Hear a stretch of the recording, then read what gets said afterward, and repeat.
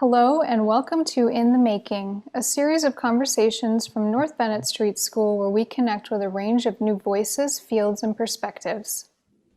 Before we get into our conversation, I want to recognize and thank the Dora Foundation and Eaton Vance for making this program possible. Thanks for joining us, everyone. My name is Kristen Odell. I'm an NBSS staff member and host of In the Making. Today we're talking about shifting the norms in our building trades with Girls at Work, a Manchester, New Hampshire-based workshop program doing the important work of building confidence, strength, and resilience in our young girls by way of power tools and building. Violet Brier and Jasmines Sanchez Torres are members of Girls at Work and are here with us today to share their story and experience. Also with us this evening is Rhea Vedro, NBSS Board Advisor and Director of Community Engagement at the Isabella Stewart Gardner Museum. What do all of us have in common here? We're all, the four of us, and many of you in our audience, we all firsthand understand the importance of tools, building, and making as a path to empowerment, self-sufficiency, and strength. Founded in 2000, Girls at Work has empowered over 15,000 girls by teaching them to build with power tools in a creative and supportive environment. And Jasmine and Violet, you've been leadership members, I believe, for the past 4 to 5 years. Is that right? Yes. So you know better than any of us what Girls at Work is. So can you tell us in your own words? I mean, what is Girls at Work? Okay, I can go first. Sure. Girls at Work is a building program, but it's like not really just for building with power tools and with wood and making things with like your hands. It's also building up self-confidence and other skills you can use on other places in your life. And how, I mean, you kind of just said how it has affected your life. I mean, how have you seen your self-confidence change? I mean, has that been something you've been able to see? Yeah, definitely for me, I've been able, just especially if I'm doubting myself or if I'm scared to do something, I can think of the things that I've learned and done at Girls at Work, and it pushes me to do those. Mm-hmm. Kind of in the scope of like, oh my gosh, I was able to do this thing. I know I can do this thing. Exactly, yes. Yeah. What are some skills that you've learned in your work at Girls at Work that you do apply to other areas of your life? One very important skill I learned in the shop was self-advocacy. And for example, it's helped me in my school life and also my home life because when I wasn't in the program, I would shy away from like going up to people and asking for like help and doing things for myself. But now with this program, I push myself a little more to get those answers that I need. That's awesome. Self-advocacy. I mean, what a thing that you know, it's hard to put your finger on, but Elaine, I know that that's one of her biggest things. Yeah. How do you see using, I mean, aside from the personal skills that you're learning and the self-advocacy and just the knowledge that you can do anything, what do you see using some of the actual physical skills that you're learning in your future? I mean, well, just knowing how to work with tools and wood is a very useful skill. Like, I am already able to apply it in my life. Like, if something in my house is broken, I know what tools I need to fix it and what techniques would work best. And then just all of the life skills that we've learned there, just like every day is a part of my life. Can you give us an example of something you've had to run over and fix in your house? And I'm just envisioning your parents being like, what? We one time one of our doorknobs broke, and I I knew like what we needed to put it back in and make sure it fit right. And just like if a shelf is broken or needs to be bigger or something, it's, yeah, that kind of stuff. That's awesome. What about you, Jasmine? My dad works in construction, so sometimes he takes me to his workplace, and there I can like help screw in a couple things or pick up whatever needs to be picked up. And so Girls at Work has really helped keeping myself busy in those like situations where I'm like at a workplace and I need to like do things in order to do a good job in them. Mm-hmm. That's great. Their motto, I mean, Girls at Work's tagline is empowering girls and building leaders. So, you know, I kind of want to ask the two of you also if you do you have another dream? You know, I'm thinking of the building leaders part of that statement. Do you have other dreams of yours that don't involve power tools and hand tools and all of these cool things that you're learning?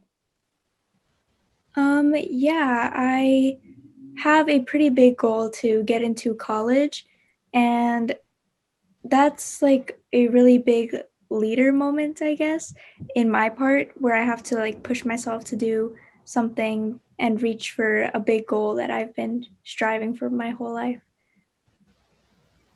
What about you, Violet? One of my goals is to be able to have a job where I can sort of be my own boss. And I think that that is like being able to be a leader, not just for other people, but also for myself is an important skill of that. Mm-hmm. I know, Rhea, you are in one aspect of your life, you're your own boss as a metal worker, as a sculptor and an artist. I mean, what would you say about being your own boss? Well, I actually feel like I have a braid of ways of working. I love what you were both saying, Jasmine and Violet. I think in terms of you make a choice, like if you are going to, for me, I was thinking as you were talking about making, and I make sculpture and jewelry primarily as a metalsmith, very specific material focused, but that is not need structural integrity in the same ways that like a bridge or a house or even a shelf does, although big sculpture obviously has some of those things. But I was thinking as you were talking about like if you are coming from an arts perspective as a maker, more than like a trade perspective, then there's always going to be a hustle. So if you are self-employed, then you might have like a production line and discrete, special, one-of-a-kind things that you are really your passion projects. If you have another job, like I do, where I work in community-based arts for my primary paycheck, then whatever I make, it has no, it doesn't have to bear the brunt of earning all my money, and I can really focus on the art that I want to make. So I've kind of found different ways in different times to work as just a consultant or an independent contractor, as a maker, as a primary way of being in the world. And at other times kind of dipped into the scaffold of being part of an institution that pays me and has some stability so I can have a lot of artistic freedom to make the things I want to make without them needing to be my bread and butter. So both have their pros and cons for sure. Mm-hmm. I'm going to use this opportunity. I know I said I would do it the other way around, but I'm going to share some images because we're kind of talking about being a maker and an artist and being able to build things, and they all tie into one vortex of self-empowerment. So I'm just going to go ahead and share this very brief slideshow just so our guests can see what we're talking about. So these are just some images of what Girls at Work looks like. And Jasmine and Violet, you can probably speak more to this than I can. And we have Elaine Hamill here, who's the founder in the middle. One of the things that you all make are these Adirondack chairs. Is that correct? Yes. And then what is this being built here? I believe it's a podium for the mayor's inauguration, if I'm not wrong. Mhm. Yeah. Oh, and this is the wall. You two should speak about the wall here. Girls at Work is now in a new, beautiful facility, but I heard that leaving that wall was a big deal for you all.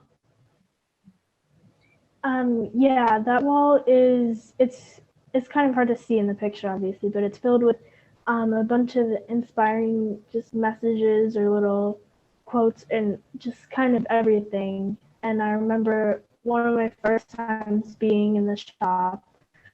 Um, Elaine would tell us, she would give us all a marker and stand on the tables, and we would read all of them at the beginning of our time there. And then at the end, we would get to write one of our own. And it's very nice.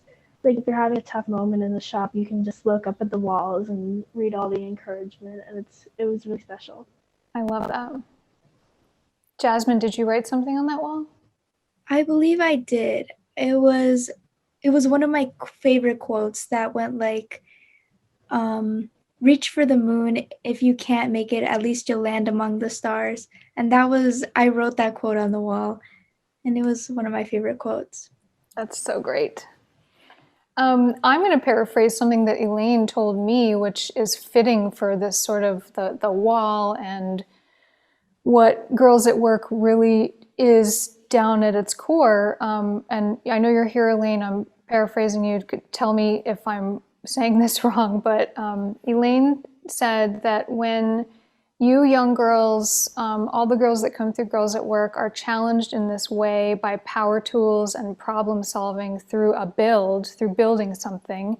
You are then a sponge for all of the other important lessons that she wants you to be imparted with, such as social and emotional health, learning to steer clear of toxic relationships and situations.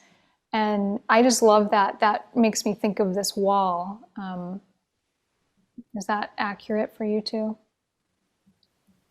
Definitely, yeah. Yeah. All right. And here is Jasmine's Adirondack chair, which I love looking at. I can tell you love sitting in it.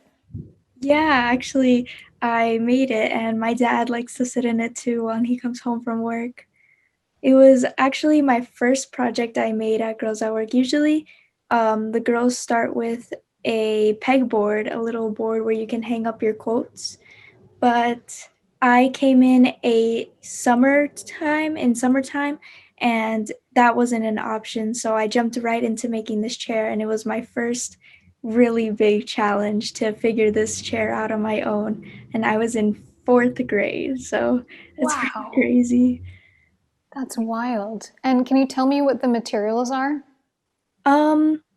We used wood, a drill, a power drill, and a ruler and a speed square. Very little instruction because we had to figure it all out on our own. And for the little curves on the sides, we used the jigsaw. So that was pretty exciting. That's cool. Jigsaws are fun. Yeah. And this, Violet, I love this. I just want you to talk about I know this isn't woodworking or something that you necessarily made with your hands at Girls at Work, but sewing is like the ultimate making. So tell us about this.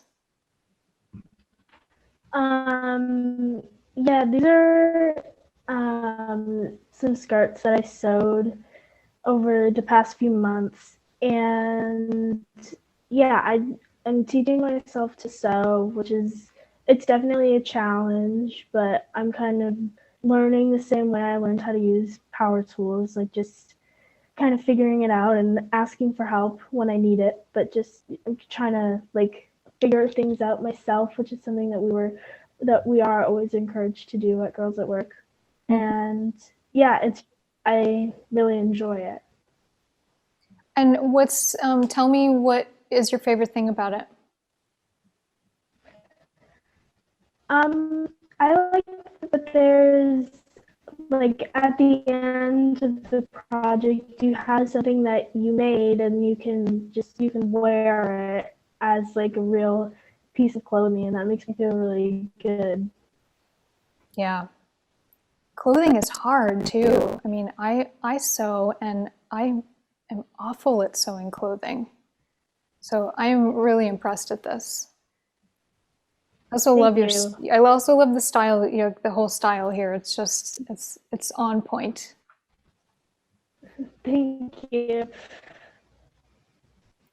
I threw something of my own image in here that just is sort of a love letter to my grandfather, who kind of started the foundation for me of shifting norms of, you know, what I was capable of as a young person. And here I am as an old person in my kitchen renovation.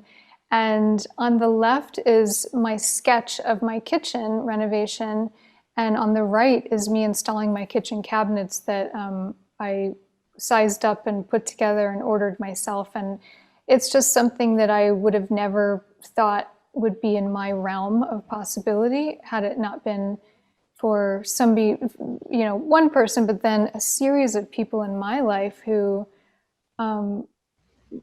just empowered me to do things beyond the norm of what I'm expected to do as a woman. So that's just a really important moment for me, I think. Now, here's Rhea's work, which I love these images, the steel, the heavy, the huge clamps. Can you tell us what's going on here? Thank you.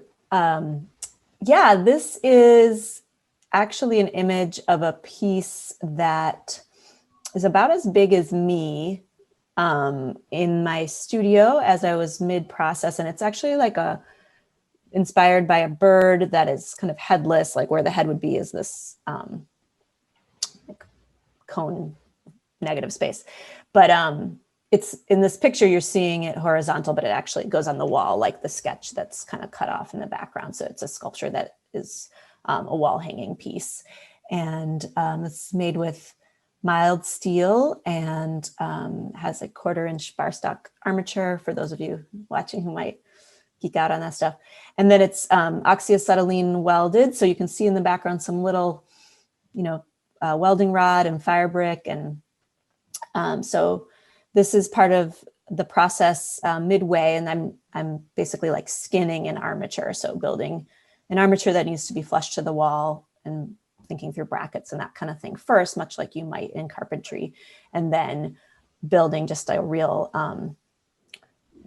kind of bare armature that has room there. Then like strip by strip, I am working with a tar paper and laying out each individual piece that then gets welded to the next, that then gets welded to the next, and doing a lot of surface treatment to using just hand punches to texture from behind. And then after this, it gets cleaned up and using some patinas. And so that's what you're looking at. Mm-hmm. And what are the bricks in the back? Did you already say that? Is that for the welding? That is actually like a carryover for the jewelers in the house. That's just fire brick. It's just a really lightweight kind of like pumice material that you can solder on top of, and you can weld around and it's not going to burn. And I actually, in this case with welding, use it mostly to prop up things like that need to be held off of the surface, because the table is just covered with a fireproof surface as well, but it's not like awesome to have the flame right on it. It'll smoke and just be kind of like chemically. But those fire bricks allow for like lifting and moving, and having the flame hit them is great. There's no problem with that. And they crumble and make a big old mess and you have to replace them. But yeah, that's what that is. I used to sell some of those in the store here. Yes. This one I love too. Just the material is so it's so heavy, and I love that you actually speak in your own practice about the history of metal and its use in war, its use in industrial scale things that you might not traditionally think. I mean, I will speak about gender here. You might not traditionally equate with a woman fabricating all of this stuff. So I love the visual. Thank you. Yeah, these are process shots. So this piece, when it's finished, it's called Saddlebird, and actually got mounted on these wooden legs that are really tall. So it kind of sits up almost like a saddle that's like an outer space meets horse kind of thing, in my mind. So this is pretty early. So it gets a lot of, like, I use like automotive paint and other things in the end, gold leaf.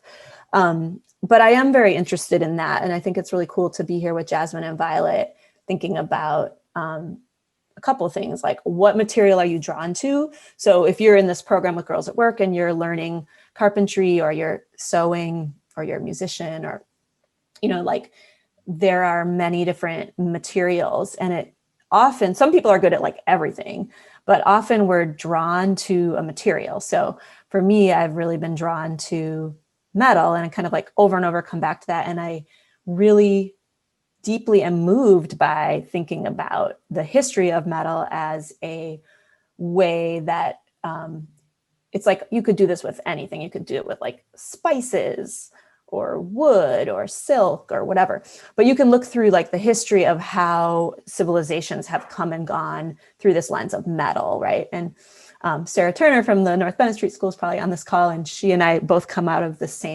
some of the same teachers and mentors, but a lot of them would talk about these kind of categories of thinking of like the badge, the crown, the amulet, the tool, the jewelry.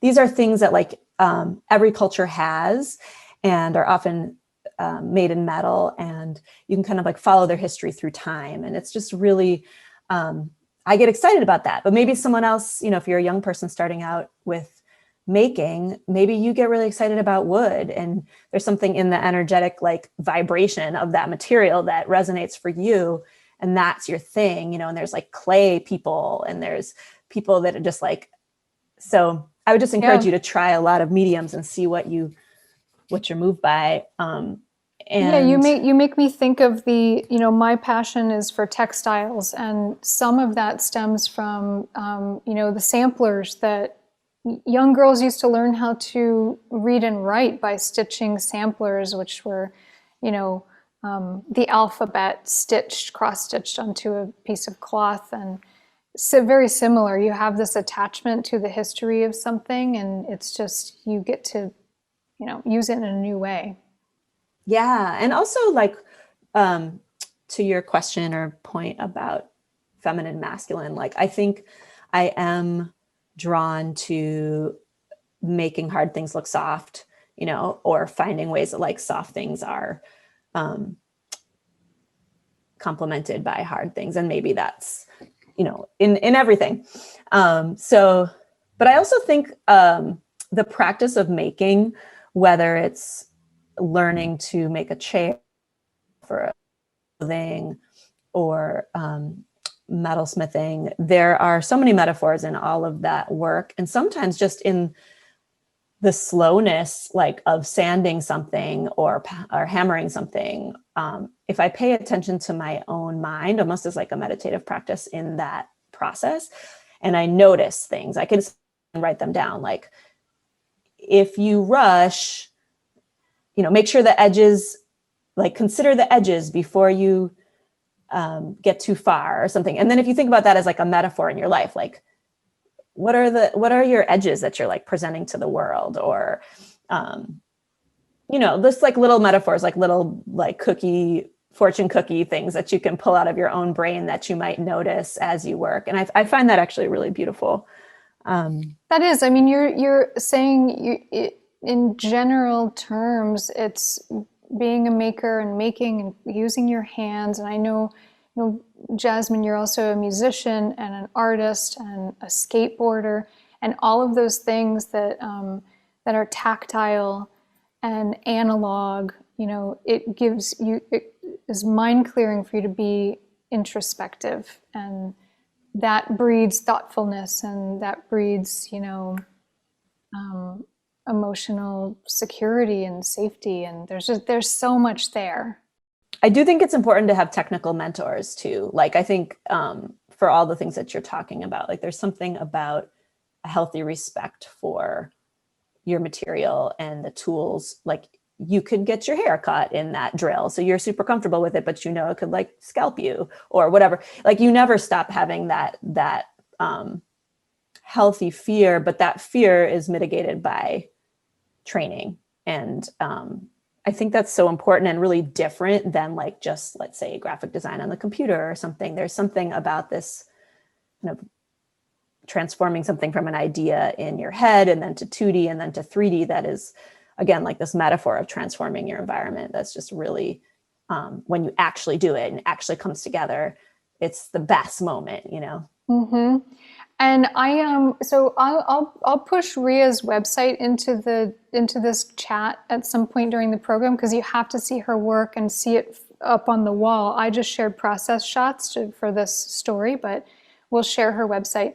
And I want to segue what you just said into a question from one of our guests. I would love to hear from Jasmine and Violet about a project where maybe on the front end they thought, I could never do that. And then you were able to do it and proud of the results. So give us an example. I think Jasmine mentioned this earlier, but a few years ago we worked on a podium for the mayor, and that was really it was like a big thing because it was going to be at her inauguration, and it was kind of a lot of pressure, but we took it step by step and we really focused on the details, and it was something that I definitely I was very cautious about how it was going to go. Like I was very nervous for it.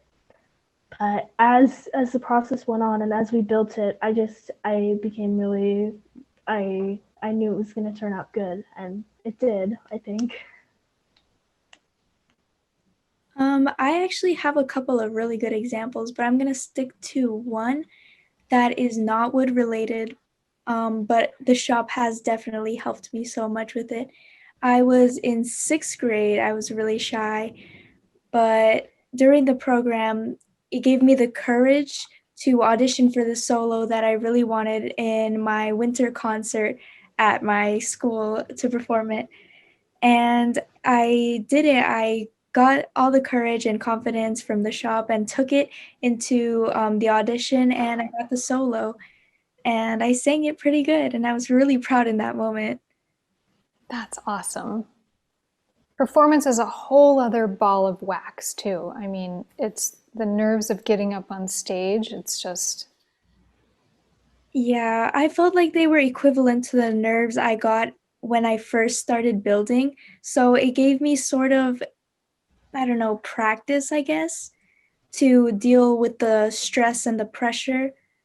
So I applied it to a different kind of form of performance. Mm-hmm. That's awesome.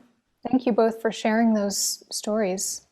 Can I take this time now to share a video that 2 of our carpentry students made for you all? This is Cecelia and Xiomara, who wanted to say something to you all. Hi, Jasmine and Violet and the other ladies at Girls at Work. My name is Xiomara Garcia. I'm Cecilia Marquez. And we are first-year students at North Bennett Street School in the Carpentry program. Thank you both. Hello, everyone. Cecilia and Xiomara, I have a few questions for you. Just, answer as you can. What led you to the carpentry program here at NBSS? Yeah, so I studied art history in college, and then after college I went on and I did like a little bit of experimenting around. I dabbled in architecture and furniture making and building a Habitat for Humanity. And then I was working with a furniture maker, and I learned about North Bennett Street School because they also have a furniture program, and then I found out they have a carpentry program, and the team building aspect of carpentry is so cool to me. Yeah. So as soon as I found out that North Bennett had a CA program, a carpentry program, I applied immediately. That was super easy. Awesome. Because it's one of the few places in the country that offers carpentry like at this caliber. Yeah. And so I went to college, and after I graduated, I started working in a nonprofit, and one of the nonprofits that I worked for is called Youth Build Boston. I was doing some recruiting for them. I was a liaison for a specific program that was really engaging bilingual students, and so I got to work with them in the wood workshop, was able to translate some of the things that we were doing, and kind of got to get really hands-on with building small projects. And from there, I realized that I was more attracted to working in the workshop than I was in my office. And so at that point, I started working on my application, looking at scholarships to really make this possible for myself. And it took it took between 1.5 years and 2 years to fully get to this point. But like Cecilia said, this was amazing, because the amount of group projects that we get to do, like learning from each other, the teachers, learning these tools, it's just been an eye-opening experience. And she's absolutely correct. Like, you don't get to learn this at this caliber anywhere else. And so I really, really appreciated the transition I made to North Bennett. That's awesome. Thank you. Have the skills you've learned here, I mean, you've both been here since November. Yeah. Have the skills you've learned here in this program influenced other parts of your life? Who's going first? Good, we'll go back and forth.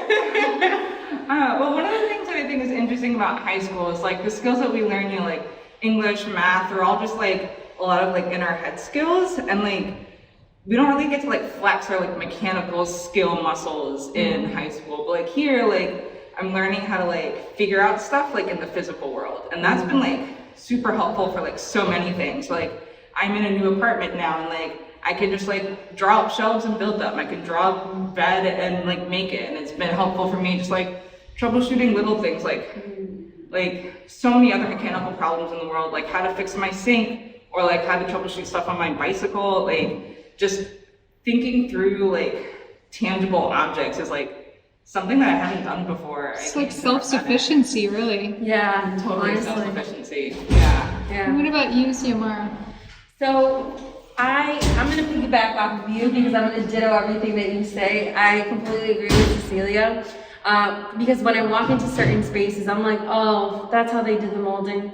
That's one way of doing it. You know what I'm saying? Yeah. And so like you have all of these different thoughts in your head of like how you would enter this space and maybe troubleshoot all of these things, or how you would have done it yourself. And so it's really nice to have that experience and that perspective going into any space. And it just gives you that extra appreciation for when it's done nicely, because you know the amount of hard work it takes to get there. And I think for me, I've always been in a space where I either had to manage people or be on a team. And so being on a team when you're an administrator is different than being on a team when you're actually doing the work, like you said, all the mechanical work. And so the way that you delegate, the way that you communicate, it like just refines those skills and just makes you, again, think about it in a very different perspective, and how to like blend those two different worlds together. It just helped me kind of be more well-rounded, I would say. Mm-hmm. And it sounds like with tools and what you all do, I mean, there's a level of trust that comes along with Most your definitely. collaboration with each other. Yeah, I mean, North Bennett is super good about like teaching everyone how to do everything safely. So like, I'm not like worrying during the day that, someone's gonna like shoot like, like a piece of wood at my head or something. But actually piggybacking off of Zio, like almost everything we do is a group project. Yeah. So like that whole like, like when I studied art history in college, like I'm just writing papers in my own world, but like troubleshooting together, like stuff you can like point out is cool, but also like sometimes people have different working styles, and like we like have to navigate this. So like those like soft skills like are honestly like Hard skills. those are like, that will make you a top-notch carpenter, I think. And, like, Yeah. Most definitely. we work through that here. Yeah, both tolerance and social tolerance, and like, mathematical tolerance that you deal with every day. Yeah. That's wonderful. My last question for you is, why is it important to you as women to be going into this workforce? So, like I said, I worked at Youth Build Boston, and like the space here, the demographics kind of teetered more to a male-dominant space. And in this program, there's only 4 women, or 4 people that identify as women outwardly. And so it's been an interesting ride, and I don't know if I'm speaking for everybody else, but it's always nice and endearing to see another person reflected in the space that is very similar to you. It empowers you to keep going, to stay strong. We have 2 other teammates, Amanda and Svetlana, and every time I see them doing something that I haven't had experience doing, I'm always like, I need to get to that point. That's empowering. I want to do that. It's just a motivating force. Svetlana has such an amazing work ethic. And so you're always trying to match and be at that echelon, you know what I'm saying? Mm-hmm. And so it's always a learning process. You're always pushing each other to do better and be better. And it's always a great experience. Yeah. To be honest, it's really, really nice seeing each other in this space, because it's good to kind of just be in the same state of mind sometimes. Yeah, I understand. Yeah. What about you, Cecilia? Yeah, well, it's, I got into this workforce not because I'm a woman, but because I love the work. Carpentry is just so much fun and it's so rewarding. And then getting into the field, it was always I've always felt super supported by my coworkers. It's not a big deal that I'm a woman when I'm on the job, but outside in the world, I guess people are always super surprised that I'm a carpenter. And I love that me just existing in the world and getting to tell people that I'm a carpenter increases that visibility and normalizes it. Yes. So I love that just me walking around being hello, I'm a carpenter. I bring attention to the world that women are doing this too, and that feels empowering. I completely agree with that. When I was telling people that I was transitioning and coming to North Bennett, a lot of people were like, is that really what you want to do? You're going to toughen up your hands. It's going to be laborious. But on the same line that Cecilia is saying, I really love working with my hands. It is a different experience to actually work with the materials, see it built, and the whole process. And so, yeah, it's really about letting people know that this is accessible, even if you've never seen somebody else do it. You know what I'm saying? That if you want to, if you like it, go for it. And we don't have to have shiny, pretty hands. Show us your hands. Exactly. Right? Yeah. I have so many cuts. I have a straight cut through my palm. Yeah, blue. It's like a badge of honor when you get home. It's oh, this splinter is so badass right here. Yeah. All right. Chisel sharpening week. That was a week for the hands. Oh my gosh. Just lots of little cuts. Most definitely. Wow, that's great. Thank you both so much. Yeah, thank you. Thank you, Kristen. All right. Interesting. All right, bye, folks. Bye. See you soon. Thanks for watching that video. That was, they are just so much fun, and I hope they inspired you too in some way. I'm going to open up for Q&A, and I have my own questions. I want to talk about that video with you, Jasmine and Violet, but I want to just open up to our guests. If you have questions for us or Jasmine and Violet and Rhea, please go ahead and type them into the Q&A or the chat window. We also encourage you to tell us your own stories about an experience you've had of shifting the norm in your field. That's really important to us right now. So share your stories with us. And I just want to mention to Jasmine and Violet, or ask you the question, some of the themes that Cecelia and Xiomara just talked about make me think of your work at Girls at Work, teamwork being a huge one, and trust amongst yourselves and your leader, Elaine, and you two, she putting trust in you two as leadership members, and then the younger girls that have trust in you. So all of these themes, I mean, can you see yourself in Cecelia and Xiomara? Definitely, yeah. because probably 80 or 90% of the stuff that we do is teamwork. So just them talking about that, it was definitely something I can relate to. Yeah, I definitely agree. There's also a lot of trust that is put into the tools and the other leaders when we're doing like a big project or doing something for the mayor or an auction. We all kind of work together and put trust in each other and build ourselves up from there to create this beautiful thing. Yes. I also was thinking of something that they referenced having that when you're in school, you're learning math and science, and you're not really learning mechanical skills, which is the space that Girls at Work has filled for that, it seems like. Is that accurate? There are programs for that at my school, but since my schedule is already pretty academic heavy, I really don't have the opportunity. Well, not the I do have the opportunity, but I don't have like the chance to kind of get myself involved with that since I already have a lot of work to do with um, the academic portion of my school. Mm-hmm.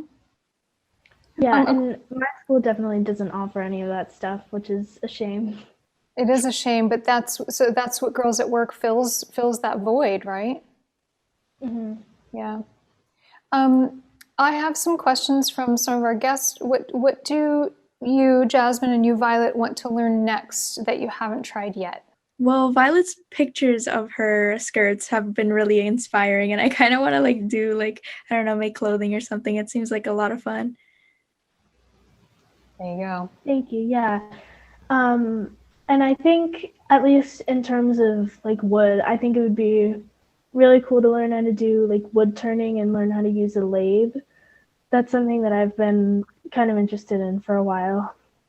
Oh, that's awesome. We have a room full of lathes here that someday you'll come and see.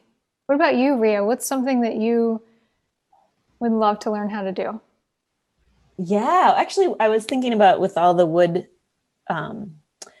I love working in metal, but I think some of my most successful pieces have a marriage of materials where like the levity of wood with the kind of visual weight of metal or there's things that, but I'm just like, I want to be a student forever.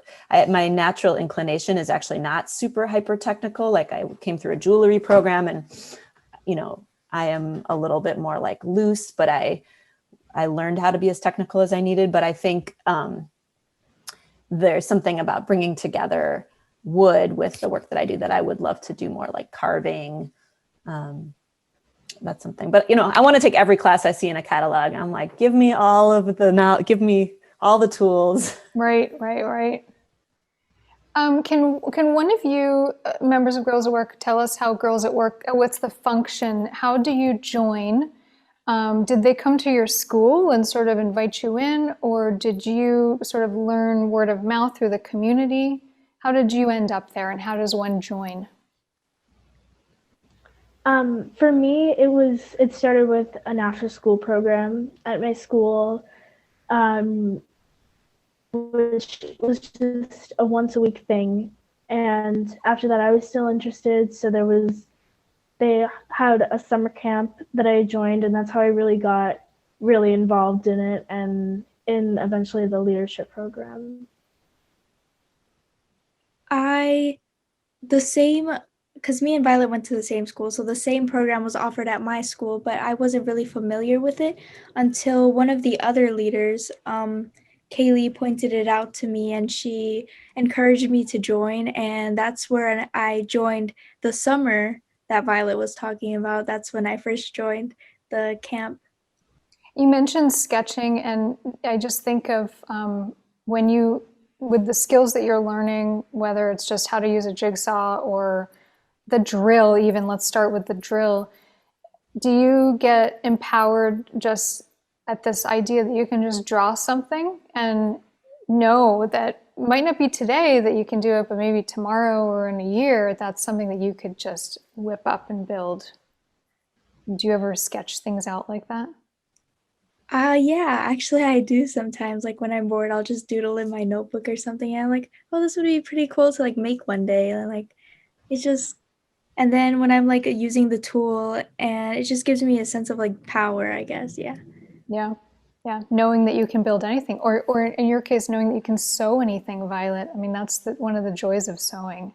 I have a comment from one of our very own colleagues. I love this about shifting norms from Barbara, who I just want to thank Barbara. She's our back end support here on In the Making. She's always with me in these, and I couldn't do them without her. And she's wants to share with us that she was the only woman on a seasonal fireworks crew for a few 4th of July shows. It was fun to feel that level of empowerment that I hadn't felt before. That's really cool. Thanks for sharing, Barbara. And a question from Rex Hansen. Do you pay dues or fees as a member of Girls at Work? No, it's a nonprofit program, so we don't Right. we don't make people pay to be in it. Right. And that reminds me of the last project that you all pulled together during closure, during COVID. You built kits to send out to students. And can you explain those? And were those something that those students, were people buying those from you? No, that was all donations. Okay. Just And the girls that would have usually been able to be in our after-school program. And tell us again what those were. They were, I remember, a lap desk or something. Can you spell out that whole thing? There was also, along with those things that Violet mentioned, there was also a little bookcase that they could make, and the materials to put them together was glue and tape. And that they had to figure it out by watching a video Elaine made and reading some instructions, and it was pretty cool. And I thought it was really interesting how they also incorporated like that little engineering portion by making like the little light that clips on the lap desk so that she can do her homework. Totally. You're introducing tape, glue, and electronics to a tiny person that might not ever be thinking about that. That's great. To share, more information about Girls at Work, Girls at Work receives funding from the Department of Education to provide kits for our builders. We also receive individual donations as well as corporate donations. Here's a note from a graduate of our Preservation Carpentry program. Hi all, I graduated from NBSS and PC, Preservation Carpentry. I never get to work with other women, and I'm excited to see so many more programs encouraging and empowering women to work in the trades. Thanks to you all for sharing your experiences. And thank you for that, Mindy. I think that we have a whole new wave of women coming into preservation carpentry in this next couple of years, so that's really exciting. And Elaine has a note to you, Jasmine and Violet. I'm so proud of you both. And I think with that, unless anybody has any other questions for us, or Rhea, did you have any questions for us?